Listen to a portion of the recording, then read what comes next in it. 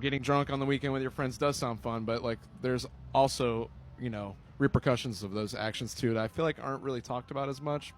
And I feel like we probably should touch on those subjects a little bit more. There's been so many rock stars in the past who are just like, oh, this person died of such and such, and it's just like, I feel like it's very uncomfortable to talk about that kind of stuff and just be like, hey, I'm not okay. That was the scary thing with me, was just being like, I'm not okay, and I'm like here to admit it. Get into those dark conversations that you usually don't want to have and you're embarrassed to have, but like people love you and you got to remember that.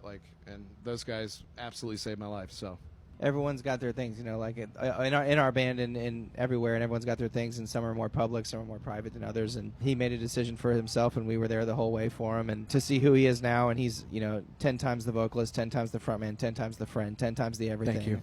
And he's held to it for coming on 4 years now, and we are the best version of our band because of it. And you guys are making me cry and hug.